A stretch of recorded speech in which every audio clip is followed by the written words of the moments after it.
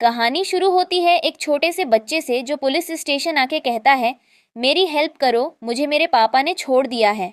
उसने मेरी मम्मी को भी छोड़ दिया है, वो मुझे प्यार नहीं करते हैं। तभी पुलिस ऑफिसर आके कहता है, बेटा रोना बंद करो, बताओ तुम्हारा नाम क्या है और मम्मी पापा कहाँ हैं तुम्हारे। बाव कहता है कि आप मेरे पापा को अरेस्ट कर सकते हो। वो पुलिसमैन कहता है, ऐसा क्यों कह रहे हो। बाव कहता है, पापा मुझसे मिलने नहीं आए, पता है मुझे छोड़ दिया उनने, कमीने हैं ना।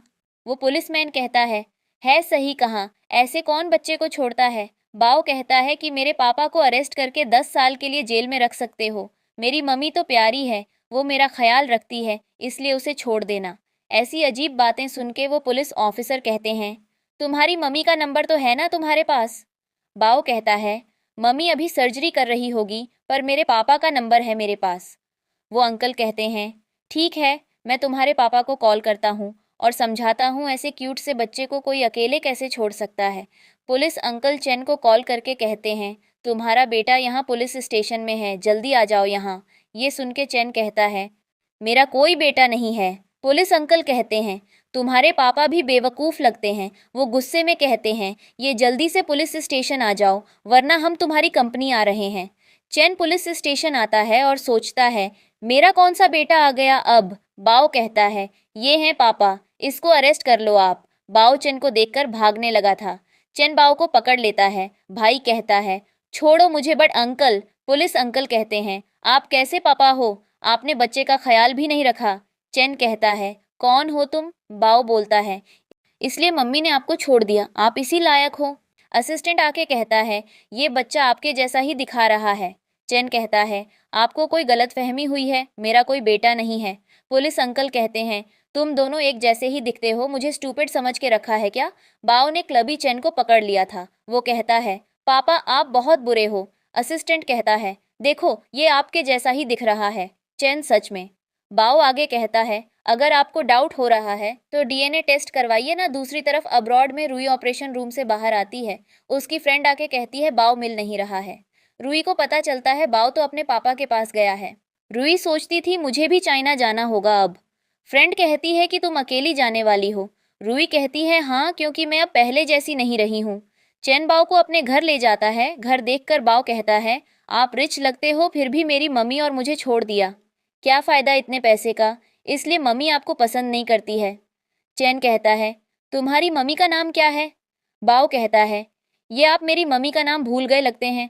आप प्ले बॉय हो, इसलिए अब मैं भी नहीं बताने वाला। चैन कहता है, बहुत हो चुका। बाव डरा कर कहता है, मैं पुलिस अंकल को कॉल करूंगा। चैन असिस्टेंट को कहता है, हाउ के बारे में सब पता लगाओ। असिस्टेंट सोचता था, ये खुद को पता नहीं क्या समझने लगा है। तभी वहां सर्वेंट आती है। वो बाव को देखकर कहती है, बॉस आपका बेटा भी था, वो भी इतना बड़ा। चैन कहता है, तुम मुझे पागल कर दोगी। बाव को देखकर चैन को गुस्सा आ रहा था, क्योंकि चैन की वाइफ तो 5 साल पहले ही मर चुकी थी। बाव कहता है, पापा आप कहाँ जा रहे हो। चैन कहता है, मुझे काम है, तुम आंटी के साथ रहो। रूई भी चाइना वापस आ चुकी थी। उसके पास से चैन निकलता है। वो रूई को रोक कर कहता है, क्या ये तुम हो। तभी वहाँ जिंग आके कहता है, नहीं ये मेरी फ्रेंड है और ये अब्रॉड ही रहती थी। चैन, मुझे इस लड़की का फेस देखना है। जिंग कहता है, ऐसे आप किसी का भी फेस नहीं देख सकते। तभी असिस्टेंट कहता है, बॉस हमें बिजनेस ट्रिप में जाना है, चलो ना। चैन कहता है, मैं कहीं नहीं जाने वाला, पता लगाओ अभी जो लड़की थी वो कौन। असिस्टेंट कुछ टाइम के बाद आके कहता है, वो अब्रॉड से आई है और वहाँ ही रहती थी। चैन सोचता था, मुझे क्यों लगा ये मेरी वाइफ थी। वो असिस्टेंट को कहता है, इस लड़की के बारे में सब पता लगाओ। यहाँ चैन के घर पर कारा आके सोचती थी, अब तो रूई को गए हुए भी 5 साल हो चुके हैं, अब चैन तुम मुझसे ही शादी करोगे। मेड कारा को देखकर कहती है, मैडम आपके यहाँ रहने वाली हो। कारा कहती है, हाँ। वो बाव को देखकर पूछती है, ये कौन है, ये चैन जैसा ही लग रहा है। मेड कहती है, बॉस इस बच्चे को घर लेकर आए थे, कह रहे थे डीएनए टेस्ट करवाने का। ये सुनकर कारा अपने असिस्टेंट को कॉल करके कहती है, पता लगाओ क्या चल रहा है, मुझे डीएनए टेस्ट के बारे में भी सब जानना है। अगर पॉजिटिव रिपोर्ट आती है तो उसे बदल देना। कारा बाव से पूछती है, तुम्हारी मम्मी का नाम क्या है। बाव कहता है, मैं तुम्हें नहीं बताने वाला। बाव मेरे साथ पार्क चलोगे। बाव पूछता है, तुम मेरे डैड की क्या लगती हो। कारा कहती है, मैं तुम्हारे डैड की गर्लफ्रेंड हूँ। बाओ बोलता है, मैरिड मैन की गर्लफ्रेंड हो, आप तो शेमलेस हो आंटी। कारा कहती है, चलो ना हम पार्क चलते हैं। बाओ सोचता है, मुझे पता है तुम मुझे वहाँ पार्क में छोड़ के घर आ जाओगी, मैं इनोसेंट तो नहीं हूँ, इतना कमीनी आंटी। पार्क में आके कारा कहती है, तुम वेट करो, मैं अभी आती हूँ। बाओ अपनी मम्मी को कॉल करके कहता है, मम्मी आप जल्दी आ जाओ। रूही आके कहती है, तुम यहाँ क्या कर रहे हो, बताओ मुझे।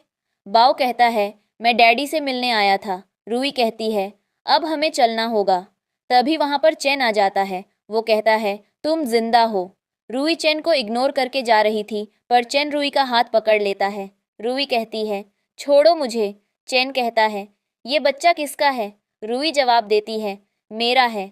चैन कहता है, तुम मुझे छोड़ के चली गई और अब ये बेबी भी मेरा नहीं है। रूही कहती है, तुम्हें क्या पड़ी है जिसका भी बेटा हो? चैन सोचता था, तुम आ गई हो मेरी लाइफ में, अब मैं तुम्हें जाने नहीं देने वाला। चैन रूही को पकड़ के कहता है, तुमने अपनी डेथ का नाटक क्यों किया? रूही कहती है, बाओ को लंच कराना है, वो जा रही थी। तभी चैन कहता है, असिस्टेंट लेके जाओ बाओ को। रूही कहती है, छोड़ दो मुझे। तभी वहाँ कारा का भाई आ चुका था। वो रूही को देखकर कहता है, ये कमीनी कौन है? तुम तो मेरी सिस्टर के बॉयफ्रेंड हो ना? रूही बोलती है, क्या बात है, अगर तुम्हारी गर्लफ्रेंड है तो मुझे चलना चाहिए। चैन और कारा के भाई में लड़ाई हो जाती है। रूही कहती है, कारा अभी भी तुम्हारी लाइफ में है, क्या बात है? वो जा रही थी, तभी वहाँ पुलिस आ जाती है। पुलिस कहती है, चैन को आपको इन्वेस्टिगेशन के लिए चलना होगा। चैन चिल्ला के कहता है, तुम मेरी हो। पुलिस स्टेशन के बाहर कारा चैन को कहती है कि क्या हुआ, पर चैन ने कारा को इग्नोर कर दिया था। चैन कहता है, पता लगाओ रूही कहाँ है। कारा सोचती थी, तुम मेरे हो, अब तो रूही भी नहीं है, इसलिए तुम जहाँ जाओगे। तभी कारा को पता चलता है बाओ चैन का बेटा है। वो कहती है, डीएनए टेस्ट रिपोर्ट बदल दो। यहाँ बाओ और रूही भागने वाले थे। तभी चैन आकर कहता है, तुम कहाँ जा रही हो? रूही कहती है, मैं तुमसे बताना जरूरी नहीं समझती, वैसे भी तुम्हारे पास कारा, फिर मेरी क्या जरूरत तुम्हें? चैन कहता है, 5 पहले चली गई थी, फिर अब क्यों आ गई? रूही, क्यों मैं जिंदा हूँ ये देखकर अच्छा नहीं लगा, वैसे भी हमारा डिवोर्स हो चुका है। चैन कहता है, मैंने डिवोर्स पेपर पर साइन नहीं किया था, इसलिए अभी भी तुम मेरी वाइफ हो। वो रूही को उठा लेता है। बाओ सोचता है, ये दोनों की लड़ाई कभी खत्म नहीं होने वाली। वो भी कार में आ चुका था। बाओ बोलता है, देखो मम्मी को परेशान मत करो, वरना मैं पुलिस को कॉल कर दूंगा। चैन रूही को घर लेकर आता है। रूही कहती है, छोड़ो मुझे। चैन रूही के करीब होकर कहता है, मुझसे झूठ क्यों बोला? रूही कहती है, जाने दो मुझे। चैन कहता है, मैं तुम मेरी वाइफ हो। रूही कहती है, 5 साल पहले डिवोर्स हो चुका है। चैन नहीं, क्योंकि मैंने डिवोर्स अग्रीमेंट पर साइन नहीं किया था। अभी भी तुम मेरी वाइफ ही हो, इसलिए यहाँ रहना होगा। रूही चैन को थप्पड़ मार के कहती है, छोड़ो मुझे। तभी वो बेहोश हो जाती है। चैन कहता है, क्या हुआ है तुम्हें? बाओ कहता है, आपने मम्मी को क्या कर दिया, बताओ मुझे। डॉक्टर आके कहते हैं, अब मैडम ठीक हैं। बाओ कहता है, डैडी मैं आपको अब पसंद नहीं करता। चैन बाओ को कहता है, मैं आपकी मम्मी से बहुत प्यार करता हूँ और आपसे भी। डॉक्टर कहते हैं, मैडम सेंसिटिव हैं, इसलिए आपको उसका ख्याल रखना होगा। चैन बाओ को उठाकर बाहर लाता है। वो बोलता है, तुम अभी रेस्ट करो, तुम्हारी मम्मी ठीक है। बाद में चैन रूही के पास आता है। वो कहता है, पता नहीं तुमने क्या कर दिया जो तुमने बताया तक नहीं मेरा बेटा है। मुझे उसे दूर रखा, पता है इस 5 साल में एक दिन भी ऐसा नहीं गया जब मैंने तुम्हें याद नहीं किया। अब फाइनली तुम मेरे पास हो, मैं तुम्हें खुद से दूर नहीं जाने दूंगा। मॉर्निंग में चैन बाओ के पास जाता है, जो चैन के बारे में ही नींद में बोल रहा था। चैन कहता है, तुम मेरे बेटे हो, अब तुम मेरे साथ ही रहने वाले हो। असिस्टेंट बाहर था, वो डीएनए टेस्ट की रिपोर्ट लेकर आया था, जो दोनों नेगेटिव थे। ये देखकर चैन कहता है, ऐसा नहीं हो सकता। असिस्टेंट कहता है, लगता है किसी ने रिजल्ट में कुछ किया है। चैन कहता है, ठीक से पता लगाओ फिर। यहाँ पर कारा आ चुकी थी। वो देखती है कि चैन तो कुकिंग कर रहा है। कारा कहती है, देखो मैं तुम्हारे लिए ब्रेकफास्ट लेकर आई हूँ। चैन बोलता है, तुम यहाँ क्या कर रही हो? कारा बोलती है, वो मेरे भाई के साथ लड़ाई हुई थी ना, तो मुझे लगा माफ़ी मांगनी चाहिए तुमसे। तभी वो जानकर चैन पर पानी गिराती है और क्लीन करने लगती थी। तभी रूही आ जाती है, जिसको देखकर कारा कहती है, तुम जिंदा हो रूही, 5 साल पहले मुझे मार दिया था तो लगा नहीं होगा कि मैं जिंदा हूँ। चैन कारा से पूछता है, ये रूही क्या कह रही है? चेन रूही के पास जाकर कहता है, 5 साल पहले ऐसा क्या हुआ था जो तुम मुझे छोड़ के चली गई? कारा सोचती है, ये तो मर चुकी थी ना, फिर से कैसे जिंदा हो गई, यहाँ रह भी रही है। कारा बोलती है, तुम रूही हो ना, तुम जिंदा हो कि मर चुकी थी ना? रूही बोलती है, क्यों डिसअपॉइंटमेंट हुई ना तुम्हें? कारा कहती है, नहीं, मैं क्यों ऐसा सोचने लगी, तुमसे देखकर खुशी हुई। रूही कहती है, तुम्हारी एक्टिंग स्किल्स और भी इम्प्रूव हो चुकी हैं। कारा कहती है, तुम पहले तो ऐसे बात नहीं करती थी ना? रूही कहती है, थैंक यू, तुम दोनों ने मिलकर मुझे मारा था। कारा सोचती है कहीं चैन को सच्चाई पता न चल जाए। वो कहती है, ऐसा क्यों बोल रही हो तुम? रूही बोलती है, क्या हुआ, मैंने तुम दोनों की मॉर्निंग खराब कर दी क्या? चैन रूही को रोककर कहता है, तुम्हारे लिए मैंने ब्रेकफास्ट बनाया है। रूही की बात है, मुझे लगा तुम कारा के साथ एंजॉय करोगे ब्रेकफास्ट। यहाँ चैन बहुत प्यार से रूही को खिला रहा था, तभी कारा कहती है, मैं भी तुम्हारे लिए ब्रेकफास्ट लाई हूँ। चैन कहता है, तुम जा सकती हो यहाँ से। कारा बोलती है, मैं तुम्हारी चाइल्डहुड स्वीट हार्ट हूँ। चैन कहता है, हाँ, और रूही मेरी वाइफ है, समझी तुम? तभी वहाँ बाओ आ जाता है। वो कहता है, आपके घर में बॉडीगार्ड नहीं है जो कोई भी अंदर आ जाता है। कारा कहती है, देखो ना ये क्या कह रहा है, लगता है कुछ सिखाया नहीं इसकी मॉम ने। बाओ बोलता है, आप हमारी फैमिली को डिस्टर्ब कर रहे हो, आपको भी कोई मैनर्स नहीं है। चैन बोलता है, ऐसे बात मत करो, माफ़ी मांगो। बाओ बोलता है, मैं कोई माफ़ी नहीं मांगने वाला। कारा कहती है कि तुम दोनों ने दोबारा शादी कर ली है। रूही तुम क्या हो? कारा कहती है, तुम दोनों का डिवोर्स हो चुका था इसलिए पूछ रही हूँ मैं। बाओ कहता है, लगता है आप मेरे डैड की मिस्ट्रेस बनना चाहती हैं, इसलिए ये सब जानना चाहती हो आंटी। रूही कहती है, फिर ऐसा हो तो हम दोनों चले जाते हैं। चैन कहता है, तुम दोनों को कहीं भी जाने की ज़रूरत नहीं है। चैन के ऑफिस जाने के बाद रूही और बाओ घर से भागने वाले थे, पर सभी रास्ते पर बॉडीगार्ड्स थे। दोनों परेशान हो जाते हैं। रूही को याद आता है जब एक दिन वो चैन के रूम में आई थी, तब चैन और कारा नाइट स्पेंड कर रहे थे। कारा ने कहा था, चैन मुझे ही लाइक करता है। चैन की मॉम ने तो रूही को डिवोर्स पेपर ही दे दिए थे। रूही ने तब कहा था, मैं चैन को डिवोर्स नहीं देने वाली। चैन की मॉम रूही को बाहर निकाल देती है घर से। रूही देखती है चैन कार से जा रहा था, वो चैन को कॉल भी करती है। तब चैन ने कहा था, मुझे तुमसे डिवोर्स चाहिए। तब जाके रूही ने डिवोर्स पेपर्स पर साइन कर दिए थे, और उसके बाद रूही का एक्सीडेंट भी हुआ था। बाओ कहता है, मम्मी मैं आपके साथ हूँ। रूही वो मॉर्निंग वाली आंटी से दूर रहना। तभी यहाँ चैन की मॉम आ जाती है। वो कहती है, तुम यहाँ क्या कर रही हो? डिवोर्स के बाद भी मेरे बेटे के घर में ऐसी निकलो यहाँ से, वरना सेकंड टाइम भी मैं तुम्हारा एक्सीडेंट करवा दूंगी। बाओ बोलता है, कमीनी दादी, आप यहाँ से निकल जाएं, वरना मैं पुलिस को कॉल कर दूंगा। रूही वाइन बॉटल को गले पर रख के कहती है, मैं भी देखती हूँ मुझे कौन बाहर निकालता है। असिस्टेंट ने चैन को भी कॉल कर दिया था। मॉम कहती है, मेरे बेटे की लाइफ में तुम जैसी लड़की मुझे नहीं चाहिए। यहाँ पर चैन आ चुका था। वो रूही को बचाता है और डॉक्टर को भी बुला लेता है। यहाँ कारा चैन की मॉम को कहती है, क्या आपने रूही को बाहर निकाला? कारा कहती है, चैन रूही से प्यार करता है, कहीं उसको पता चल गया हमने रूही के साथ क्या किया है तो? मॉम कहती है, रूही का कोई फैमिली बैकग्राउंड नहीं है, ऐसी लड़की को मैं चैन की वाइफ नहीं बनने दूंगी। तुम ही बन सकती हो चैन की वाइफ। कारा कहती है, पर अगर ग्रैंडपा को पता चल गया तो? वो तो रूही को बहुत लाइक करते थे ना। मॉम कहती है, ग्रैंडपा आए उससे पहले ही रूही को फिर से चैन की लाइफ से निकालना होगा। वो तो मैं जल्दी कर दूंगी, तुम टेंशन मत लो। यहाँ चैन रूही के साथ था। वो कहता है, तुम अपना ख्याल क्यों नहीं रखती? तभी असिस्टेंट आके कहता है, बाओ कहीं चला गया है। चैन बोलता है, कहाँ गया है? पता लगाओ फिर मेरे पास क्यों आए हो। रूही कहती है, मेरा बेटा कहाँ है? चैन कहता है, वो ठीक है, पर रूही नहीं सुनती। चैन अपने एम्प्लॉई को कहता है, 5 साल पहले जो भी हुआ था वो पता लगाओ। यहाँ बाओ अपने ग्रैंडपा को कॉल करके कहता है, मैं आपका ग्रेट ग्रैंडचाइल्ड बाओ बोल रहा हूँ। डैडी बहुत बुरे हैं, उसने मम्मी को हर्ट किया है, और डैडी आके भी मम्मी के साथ लड़ाई कर रही थी। ग्रैंडपा पूछते हैं, बताओ तुम अभी कहाँ हो? बाओ कहता है, मैं 2 बस स्टेशन पास हूँ। यहाँ कारा के लोग पूछते हैं, इस बच्चे का क्या करना है?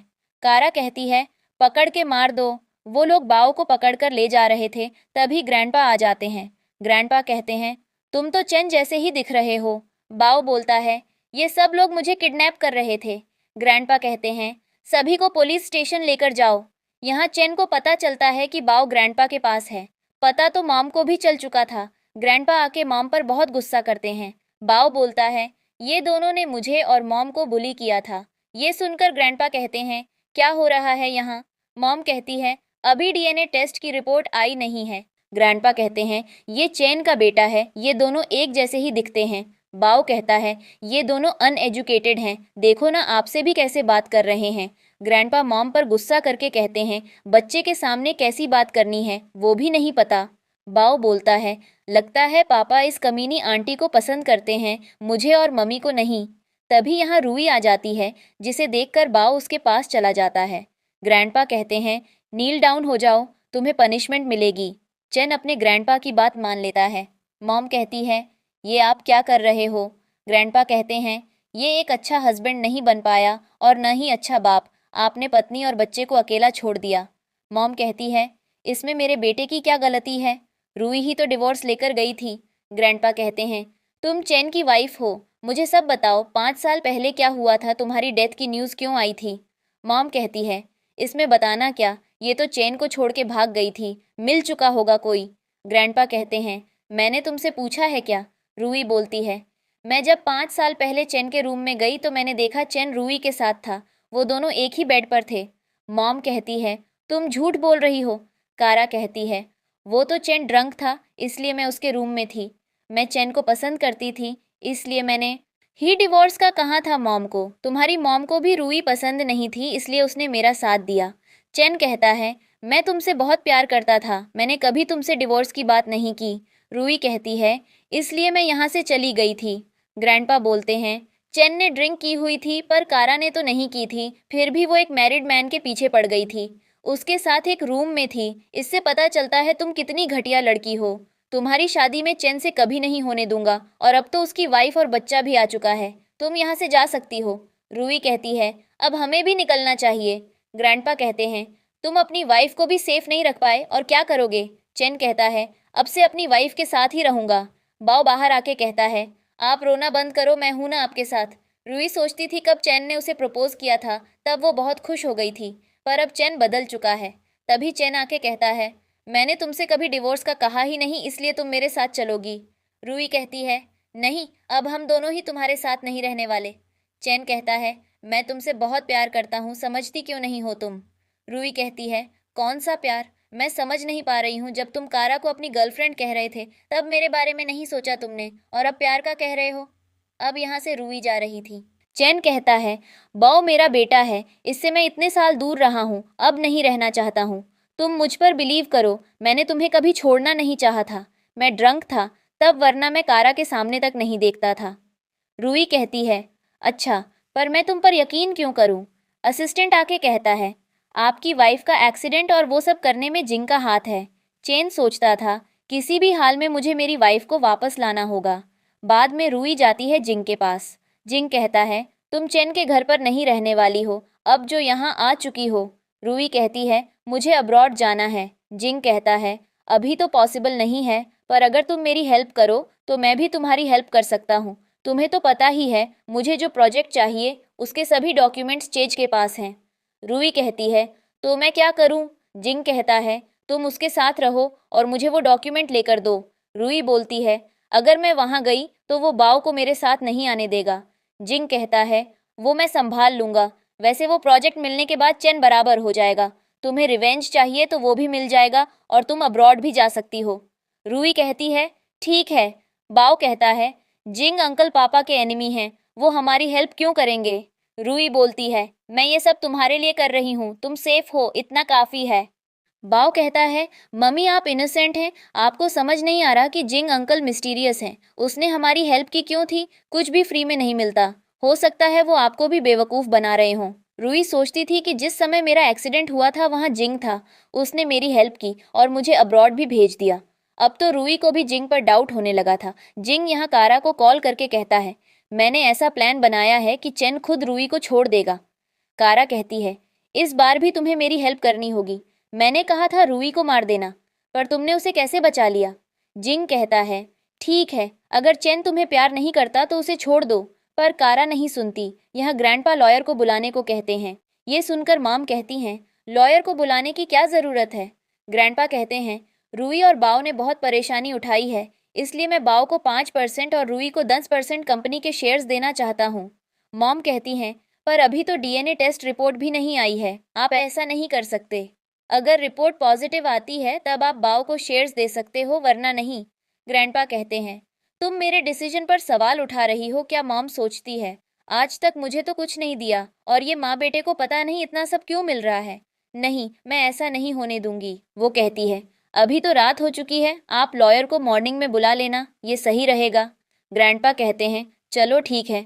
बाद में मॉम कमरे में आने के बाद ये सही बात किसी को बता रही थी।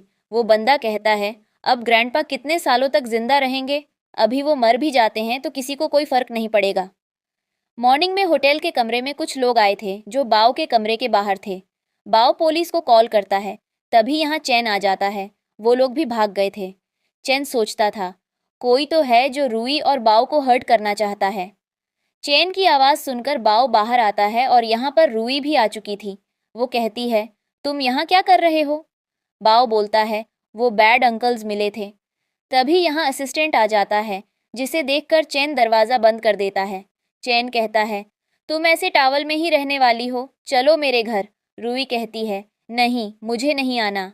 चैन कहता है, यहाँ तुम दोनों सेफ नहीं हो। पर रूही मान नहीं रही थी। चैन उसका हाथ पकड़ता है तो रूही का टावल गिर जाता है। बाव कहता है, बच्चे के सामने ये सब करना ठीक नहीं रहेगा।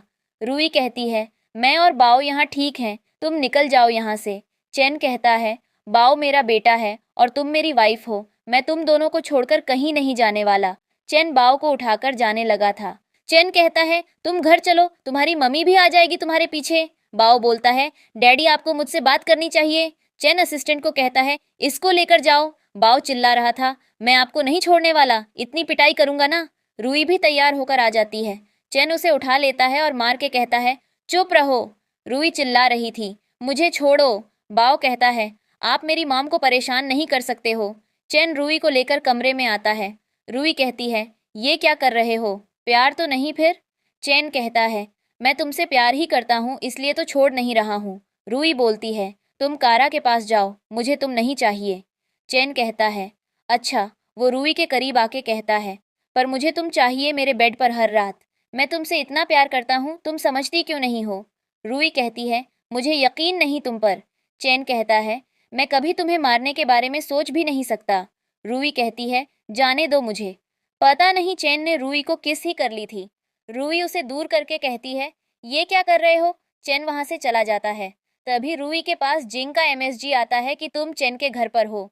रूही सोचती है, इसको सब पता है, लगता है बाव ठीक कह रहा था, जिंग कुछ तो छुपा रहा है। वो एमएसजी करती है, ठीक है, मैं चैन के डॉक्यूमेंट्स चुरा लूंगी। बाद में वो अपनी फ्रेंड को कॉल करती है और कहती है, देखो चैन को पता चल गया है कि बाव उसका बेटा है। फ्रेंड कहती है, अब तुम क्या करने का सोच रही हो? रूही कहती है, कुछ नहीं, जैसे ही मौका मिलेगा मैं तुम्हारे पास आ जाऊंगी। फ्रेंड कहती है, मेरी हेल्प की ज़रूरत हो तो बताना, मैं भी चाइना आ जाती हूँ। रूही कहती है, नहीं, इसको ज़रूरत नहीं है। रात में चैन ड्रिंक कर रहा था। वो रूही से प्यार करता था, पर रूही थी जिसे यकीन ही नहीं था। चैन रूही के रूम में आ जाता है। वो रूही को हग करके कहता है, मैंने तुम्हारे साथ कुछ भी नहीं किया, लेकिन तुम हो जिसे मेरी बात समझनी ही नहीं है। मॉर्निंग में रूही देखती है कि उसके पास तो चैन सो रहा है। वो देखती है कि चैन ने कपड़े भी नहीं पहने हैं। रूही चैन को लात मार के कहती है, ये सब क्या हो रहा है? चैन कहता है, कल रात मैंने ड्रिंक की थी, शायद इसलिए यहाँ आ गया। रूही कहती है, तो अब निकल जाओ। चैन कहता है, ये मेरा रूम है, तुम क्यों जा रही हो? बताओ, और तुम मेरी वाइफ हो, अब मैं तुम्हें टच भी करूँगा। रूही जवाब देती है, कौन सी वाइफ? मैंने डिवोर्स पेपर पर साइन किया था। चैन कहता है, अच्छा, पर मैंने तो साइन नहीं किया था। हमारे पास कोई डिवोर्स सर्टिफिकेट नहीं है, तो समझो अभी भी मैरिड कपल हैं। तभी यहाँ बाव आ जाता है। वो कहता है, पापा मेरी मॉम को टच मत करो। चैन सोचता था, ये मेरा ही बेटा है ना। ये दोनों बाहर आते हैं। बाव ग्रैंडपा से कहता है, देखो डैडी आ गए, वो मेरी मॉम को परेशान कर रहे थे। ग्रैंडपा कहते हैं, चैन तुमने मार खानी है क्या? चैन कहता है, वो तो मेरी वाइफ है, भाग न जाए इसीलिए पकड़ के रख रहा था। बाव कहता है, प्यार से भी बात कर सकते हो। चैन को खुद के बेटे पर ही गुस्सा आ रहा था। ऊपर से रूही को भी चैन को बिल्कुल अटेंशन नहीं दे रही थी। ग्रैंडपा कहते हैं, तुम्हारे जाने के बाद चैन बदल गया है। उसे देखकर लगता है वो तुम्हारी याद में ही रहता था। यहाँ चेन ने अपनी प्यारी वाइफ के लिए ब्रेकफास्ट बनाया था। रूही कहती है, हम होटल में रह सकते हैं क्या? चैन कहता है, नहीं, ये भी तुम्हारा ही घर है। रूही, पर मुझे अब्रॉड जाना है। चैन कहता है, मैं अब तुम्हें लाइफ टाइम छोड़ने नहीं वाला हूँ। रूही बोलती है, तुम्हें बाव चाहिए तो उसे तुम अपने पास रखो, पर मुझे जाना है। यहाँ कारा कहती है, अगर रूही के नाम पर शेयर्स ट्रांसफ़र हो गए तो वो कभी नहीं जाएगी। मॉम कहती है, पर मैं ऐसा होने ही नहीं दूंगी। मैं ग्रैंडपा को मार सकती हूँ पर शेयर्स को हाथ से जाने नहीं दूंगी। ये बात ग्रैंडपा ने सुन ली थी। वो कहते हैं, क्या तुम मुझे हर्ट करोगी अब? कारा कहती है, नहीं, ऐसा तो नहीं कहा हमने। ग्रैंडपा कहते हैं, अब मैं सब कुछ बाओ और रूही के नाम पर कर दूंगा, समझो तुम। तभी मॉम ग्रैंडपा को धक्का देती है। यहाँ रूही आती है तो मॉम कहने लगती है कि उसने ग्रैंडपा को हर्ट किया है। रूही कहती है, मैंने ऐसा कुछ भी नहीं किया। मॉम कहती है, मैंने अपनी आंखों से देखा कि रूही ने ग्रैंडपा को धक्का दिया था। चेन कहता है, मुझे मेरी वाइफ पर यकीन है, ये सब बाव ने भी देखा था। बाहर आके रूही पूछती है, क्या तुम मुझ पर ट्रस्ट करते हो? चैन हाँ कहता है। यहाँ बाव भी आ चुका था। वो कहता है, चलो मम्मी घर चलते हैं। मॉम आके कहती है, बाव तुम भी अंदर थे क्या? कुछ देखा तुमने? बाव बोलता है, मैंने कुछ नहीं देखा। चैन की मॉम कहती है, रूही को तो जेल में डालना चाहिए, उसने ही ग्रैंडपा को हर्ट किया है। रूही बोलती है, आपके पास कोई एविडेंस है क्या जो आप मुझे ब्लेम कर रही हैं? यहाँ मॉम डर गई थी कहीं ग्रैंडपा होश में आ गए और सब कुछ बता दिया तो। कारा कहती है, मुझे नहीं लगता ग्रैंडपा होश में आएंगे। यहाँ बाओ अपने मॉम डैड को बताता है कि दादी और कमीनी आंटी ने ग्रैंडपा को धक्का दिया था। मैंने अपनी आंखों से देखा था, पर चैन को लग रहा था उसकी मॉम ग्रैंडपा को हर्ट नहीं कर सकती। बाओ कहता है, घर में कोई भी कैमरा नहीं है, इसलिए हमारे पास भी कोई एविडेंस नहीं है। चैन कहता है, ऐसा नहीं हो सकता। रूही बोलती है, तुम्हें अपने बेटे पर ट्रस्ट नहीं है। डॉक्टर आकर कहते हैं, ओल्ड मैन कोमा में जा चुके हैं। तभी मॉम आकर पूछती है, ग्रैंडपा अब ठीक तो है ना? चैन कहता है, हाँ, कल मॉर्निंग तक होश आ जाएगा। मॉम और भी डर गई थी। वो चैन को कहती है, तुम थक गए होंगे ना, इसलिए तुम घर चले जाओ, मैं और कारा यहाँ पर हैं। चैन कहता है, ठीक है। रूही चैन से पूछने वाली थी कि क्यों झूठा बोला, पर चैन उसे चुप करा देता है। बाओ कहता है, ग्रैंडपा मुझे बहुत अच्छे लगते थे, वह ठीक तो हो जाएंगे ना? रूही कहती है, तुम्हें तो पता ही है मैं डॉक्टर हूँ, मैं ग्रैंडपा को ठीक कर दूंगी। तभी जिंग का कॉल आता है। ओल्ड मैन हॉस्पिटल में है ना? रूही सोचती है, ये भी पता चल गया इसको। जिंग कहता है, नहीं, चेन बिजी होगा ना हॉस्पिटल में, ये अच्छा मौका है, तुम घर जाकर वो डॉक्यूमेंट्स ढूंढ सकती हो, और जैसे ही वो डॉक्यूमेंट्स मुझे मिलेंगे मैं तुम्हें अब्रॉड भेज दूंगा। तुम रेडी तो हो ना? रूही बोलती है, मैं रेडी हूँ, वैसे भी मुझे चैन पसंद नहीं है। ग्रैंडपा के रूम में एक डॉक्टर आता है और कोई मेडिसिन देने वाला था, पर ये तो असिस्टेंट था। यहाँ चैन आकर कहता है, इसको पुलिस स्टेशन लेके जाओ। अब तो चैन को भी बाव की बातों पर यकीन होने लगा था कि कोई तो है जो ग्रैंडपा को हर्ट करना चाहता है। यहाँ असिस्टेंट आकर कहते हैं कि डॉक्टर ने कहा है कि एक अब्रॉड का डॉक्टर अगर ग्रैंडपा की सर्जरी करे तो वो ठीक हो सकते हैं। चैन तो उसे बुलाओ। यहाँ रूही बाव के साथ थी, तभी चैन आता है। रूही बाहर आकर कहती है, क्या हो गया? चैन बोलता है, आज ग्रैंडपा को कोई अटैक करने वाला था। चैन रूही को हग कर लेता है। वो कहता है, मुझे डर लग रहा है कि कोई है जो ग्रैंडपा को मारना चाहता है। रूही कहती है, नहीं, वो ठीक हो जाएंगे। यहाँ पर कारा आती है। वो कहती है, तुमने जो कहा था वो हो जाएगा। अगर ग्रैंडपा को होश आया तो हम क्या करेंगे?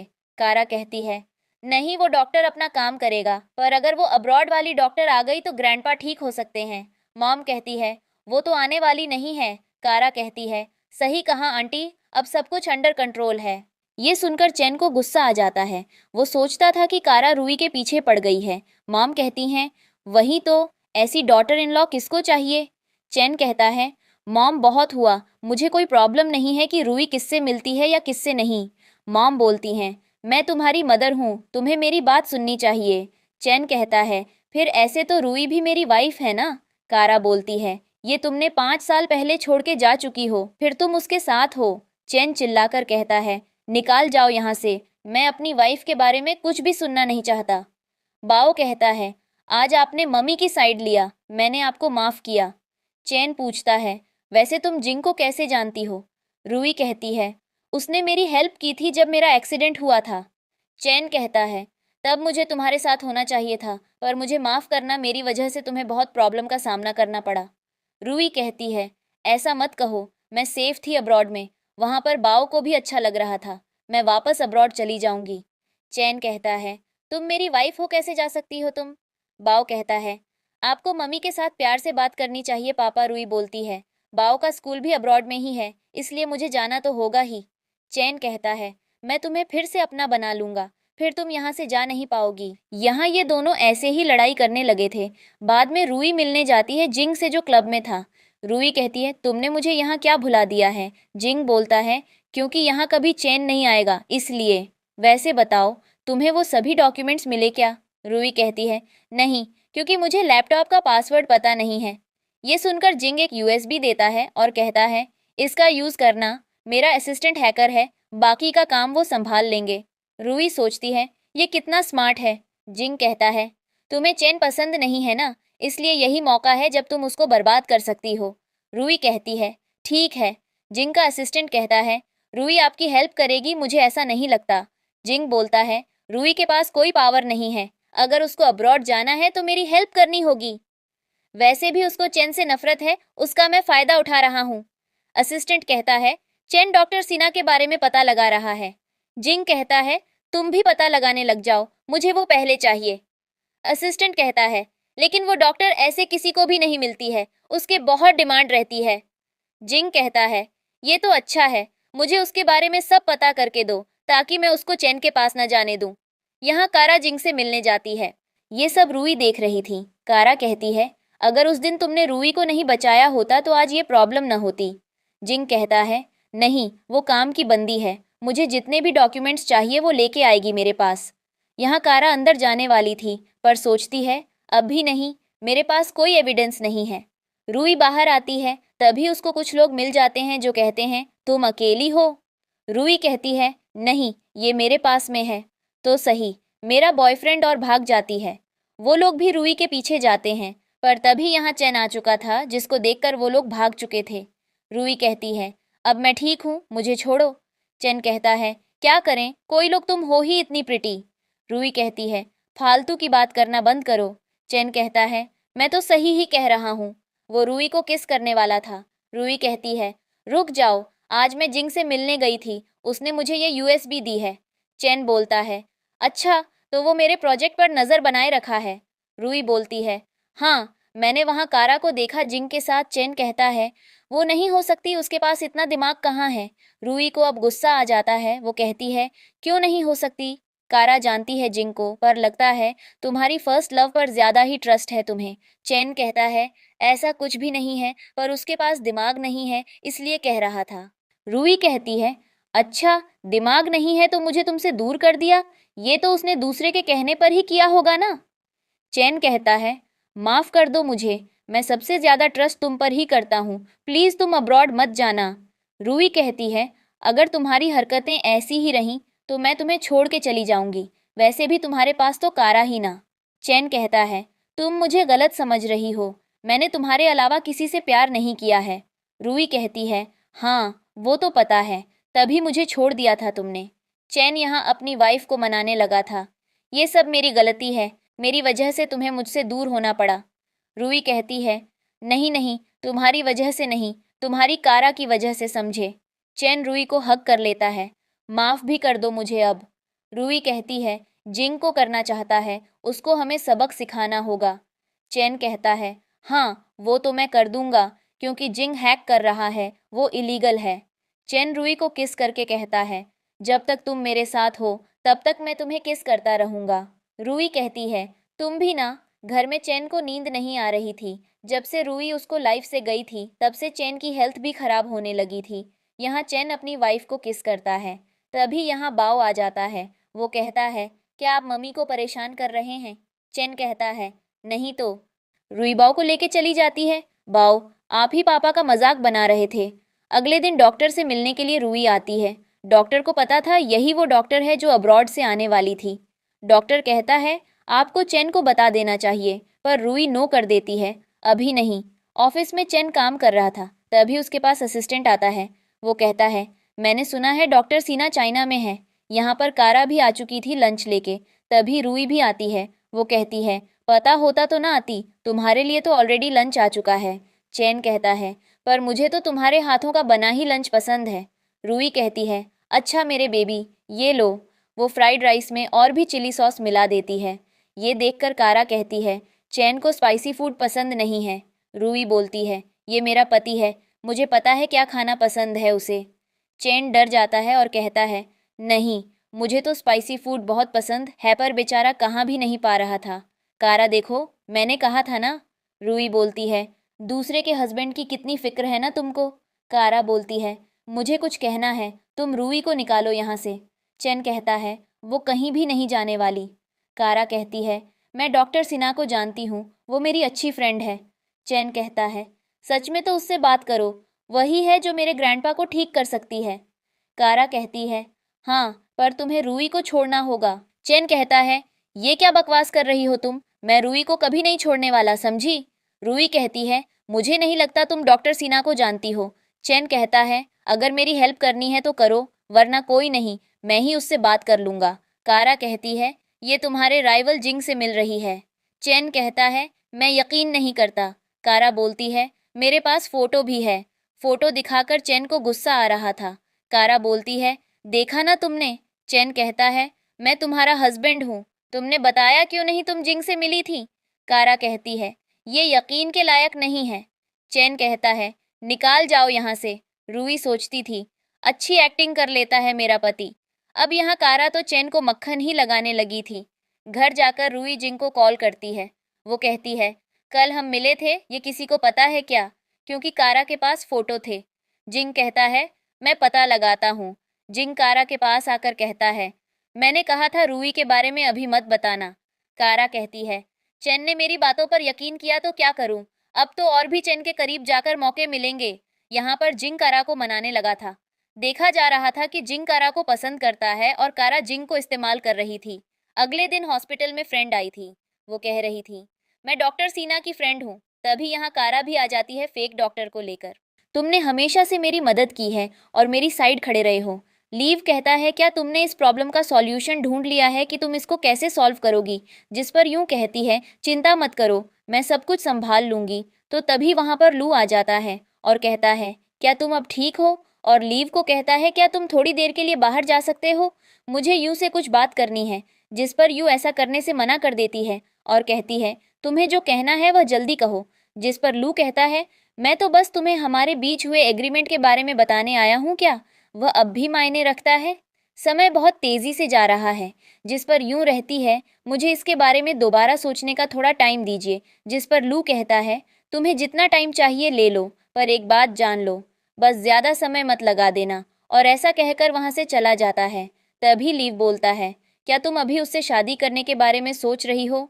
जिस पर युग कहती हैं, ऐसा नहीं है, मैं ठीक हूँ। इस पर लीव कहता है, मैं समझ सकता हूँ, तुम मुस्कुरा रही हो, पर इसका यह मतलब नहीं है कि तुम ठीक हो। मैं बहुजन पता कर लूँगा, फिर इसके बाद वह तुम्हें ऐसी कोई धमकी नहीं दे पाएगा।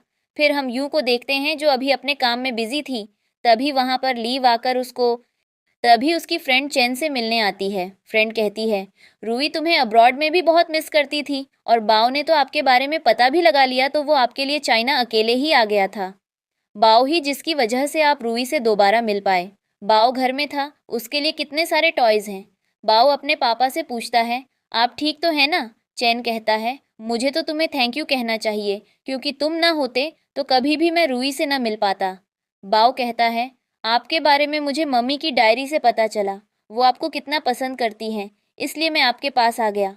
तभी असिस्टेंट आकर कहता है, मैडम की कार का एक्सीडेंट हो गया है।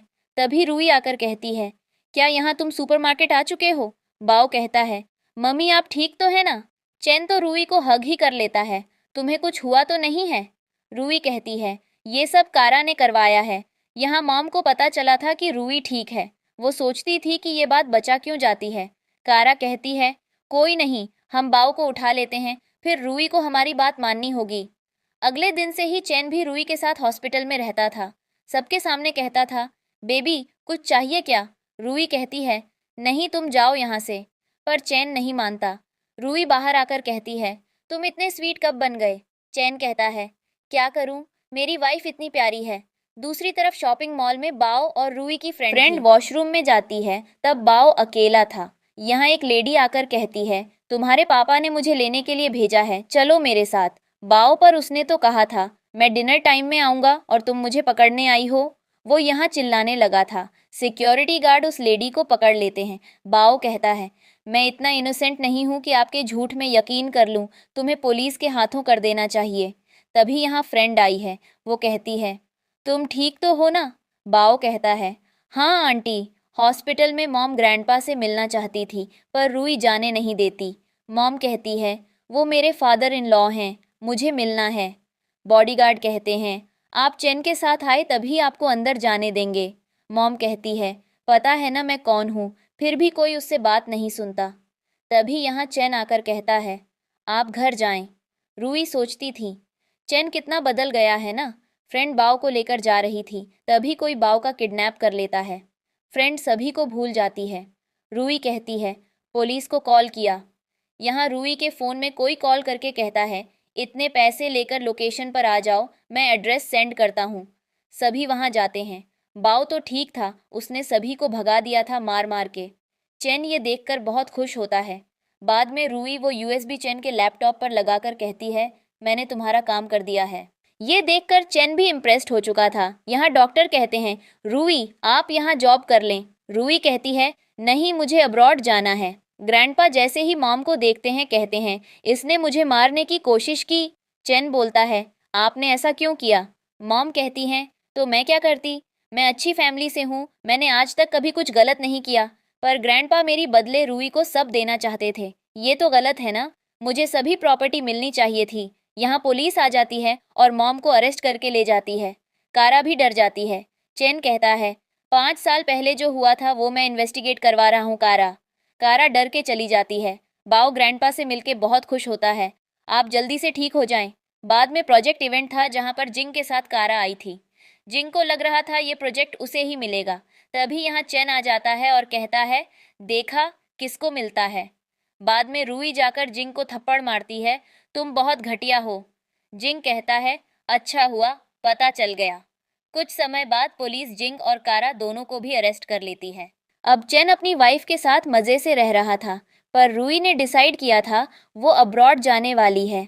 चेन उसे हग कर लेता है। ग्रैंडपा ने बाव के नाम पर कंपनी के शेयर्स ट्रांसफ़र कर दिए थे। बाद में रूई अब्रॉड जाती है। चेन भी कुछ नहीं कह पाता। वो एयरपोर्ट पर आता है। बाव कहता है, पापा हम जल्दी मिलेंगे। ऐसे ही 2 साल निकल जाते हैं। एक दिन हॉस्पिटल में चेन रूई का नाम सुनता है, पर सोचता है कहीं गलत तो नहीं सुन लिया ना। तभी वो रूई को देखता है। रूई कहती है, मैं वापस आ गई हूँ। चेन उसे देखकर खुश होता है। इसी के साथ ड्रामा खत्म होता है।